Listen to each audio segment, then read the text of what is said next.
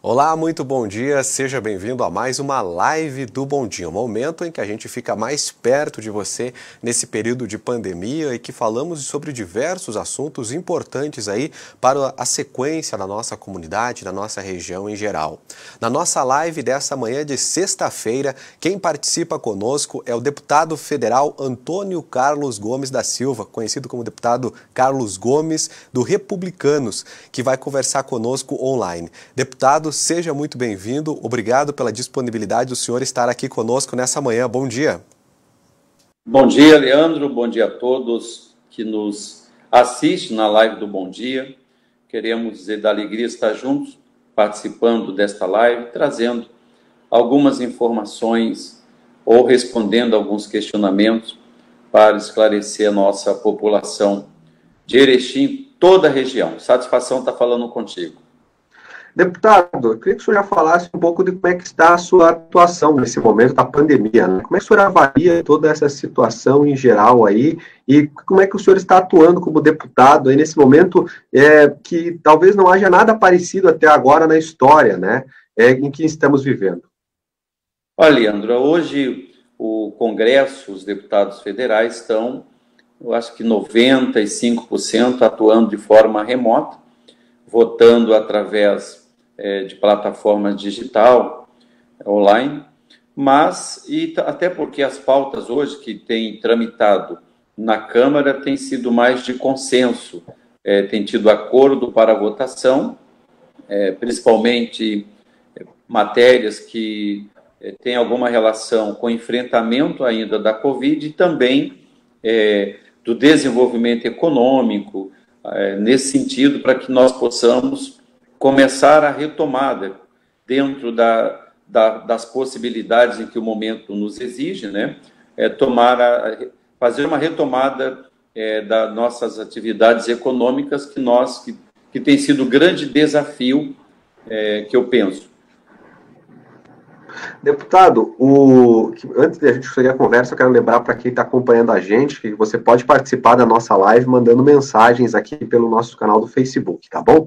Deputado, o senhor aí é presidente da Frente Parlamentar em Defesa da Cadeia Produtiva, Reciclagem no Congresso Nacional. Essa é uma das áreas que o senhor vem atuando há algum tempo já defendendo e protocolou recentemente um projeto que estabelece medidas de proteção e garantia de renda a catadores de materiais recicláveis enquanto durar o decreto de calamidade pública do governo federal em razão dessa pandemia do Covid-19. Eu queria que o senhor falasse um pouco aí mais desse projeto aí.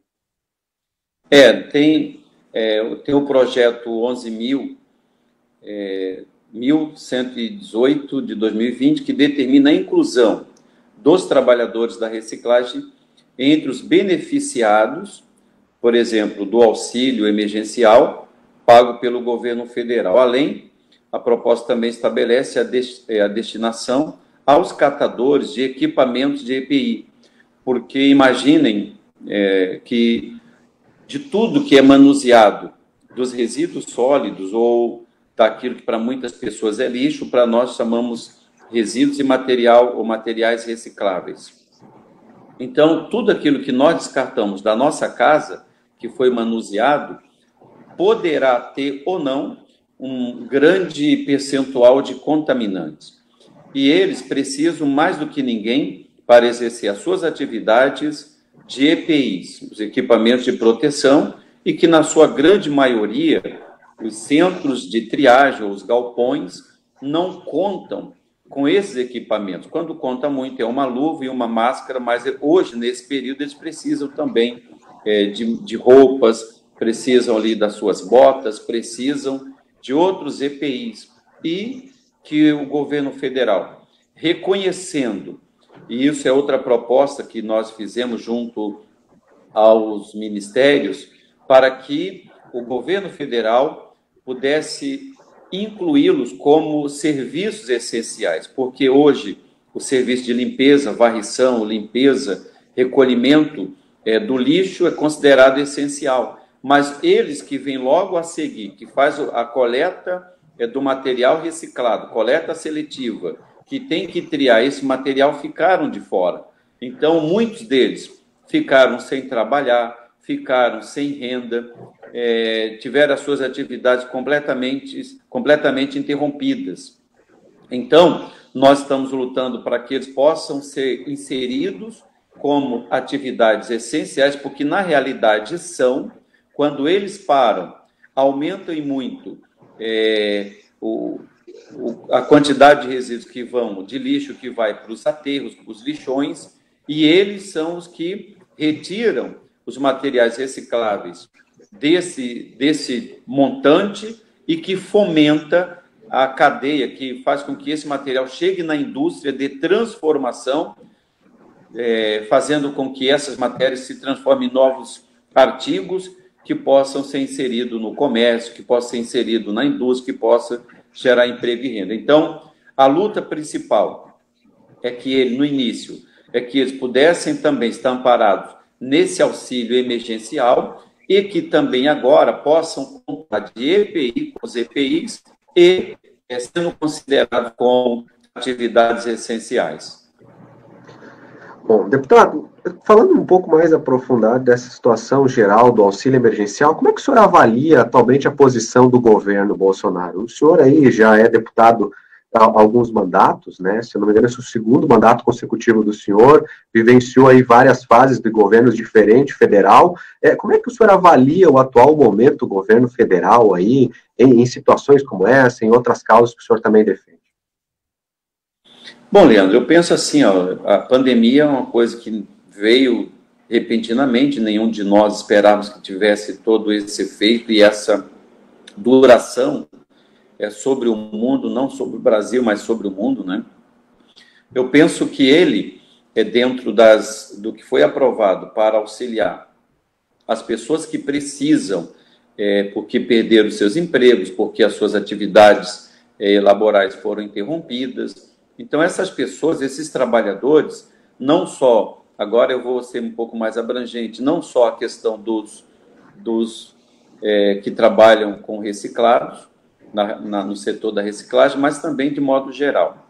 Os autônomos, aquelas pessoas que trabalhavam em estacionamento, guardando o carro, os Ubers, né? A pessoa que trabalhava com os aplicativos, ou seja, existe uma gama muito grande de autônomos no Brasil que eles estão na informalidade. Outros contribuem para o INSS com seus RPA, mas outros tantos não, então eles estão na informalidade.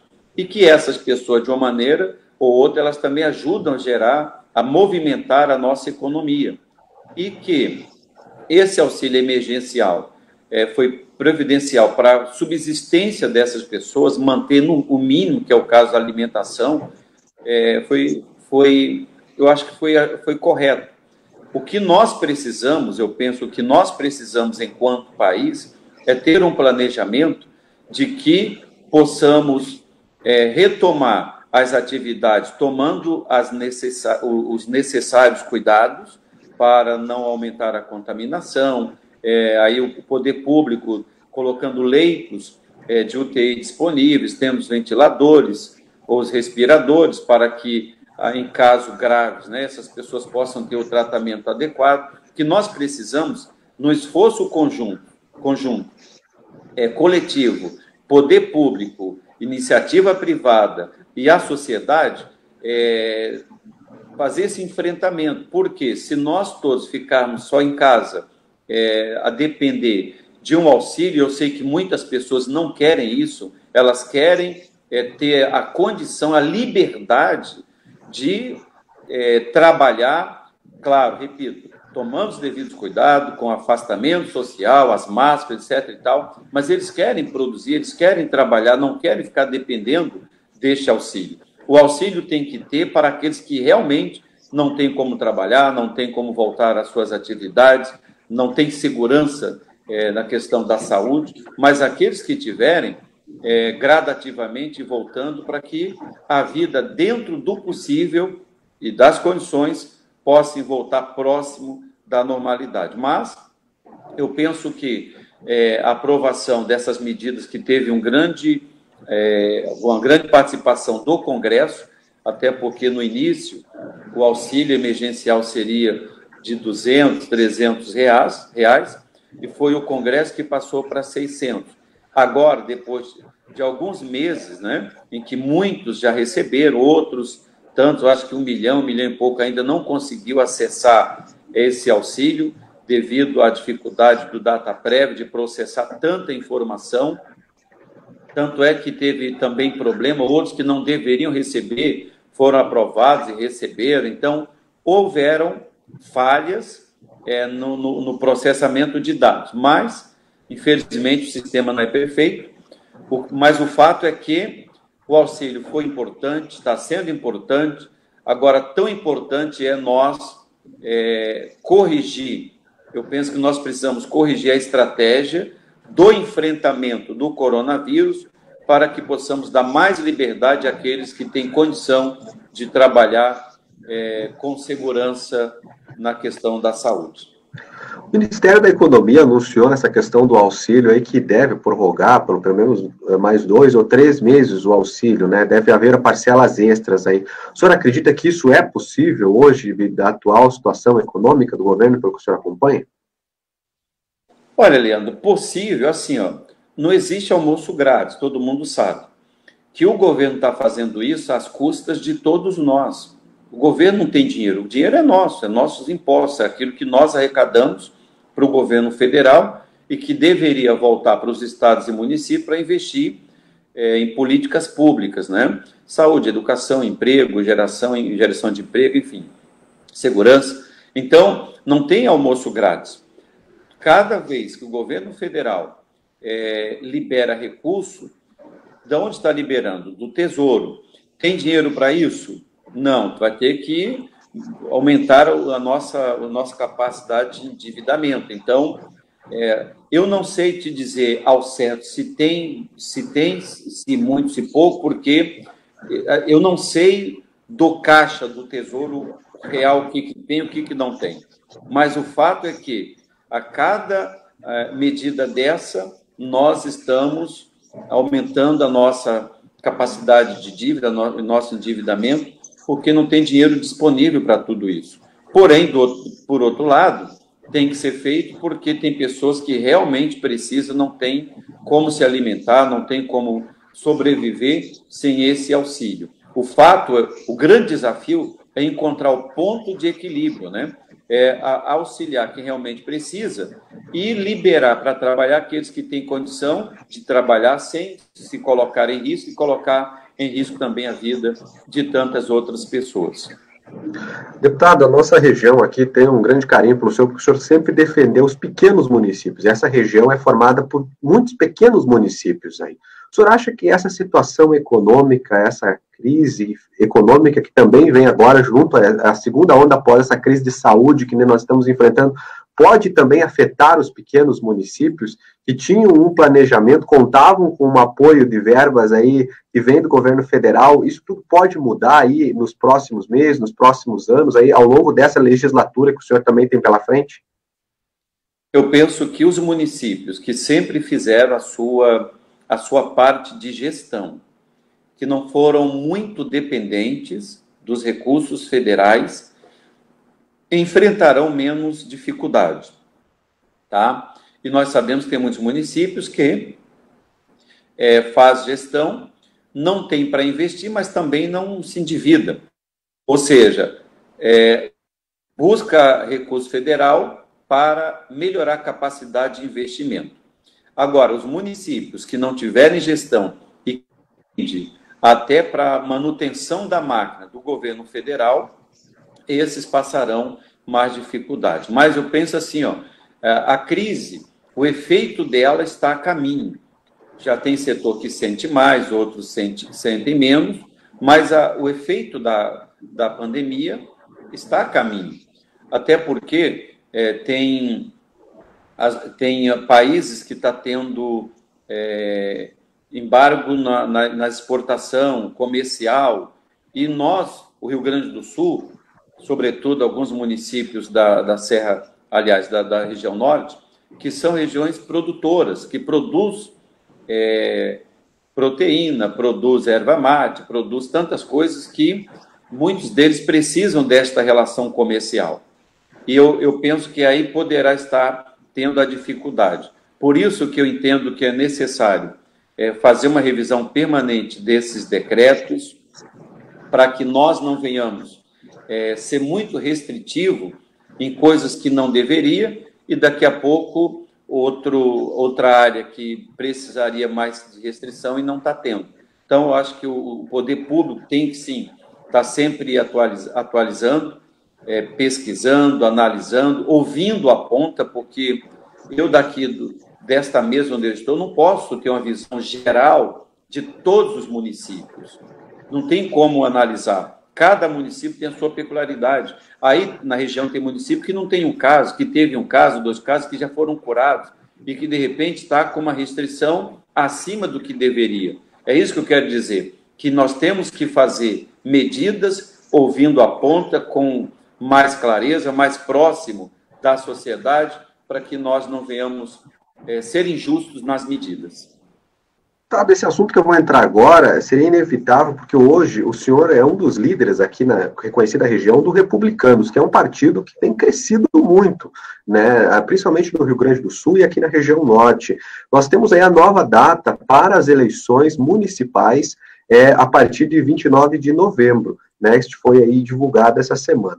Eu queria saber do senhor, né, como é que está a expectativa? Eu sei que apesar do senhor estar em outro setor, que é o do deputado federal, tem muitas atividades como deputado federal, também chega a acompanhar alguns momentos essa questão do partido, né? Como é que o senhor avalia aí o Republicanos para esse novo momento das eleições, né, que também vão passar nesse período diferenciado aí? Eu penso assim, Leandro, todos os partidos, partidos, empresas, entidades, sociedade, nós temos que nos readaptarmos ao momento. Nós, enquanto partido, temos feito vários cursos de capacitação, de comunicação, atualizando os nossos pré-candidatos a vereadores e também faremos a prefeito do momento.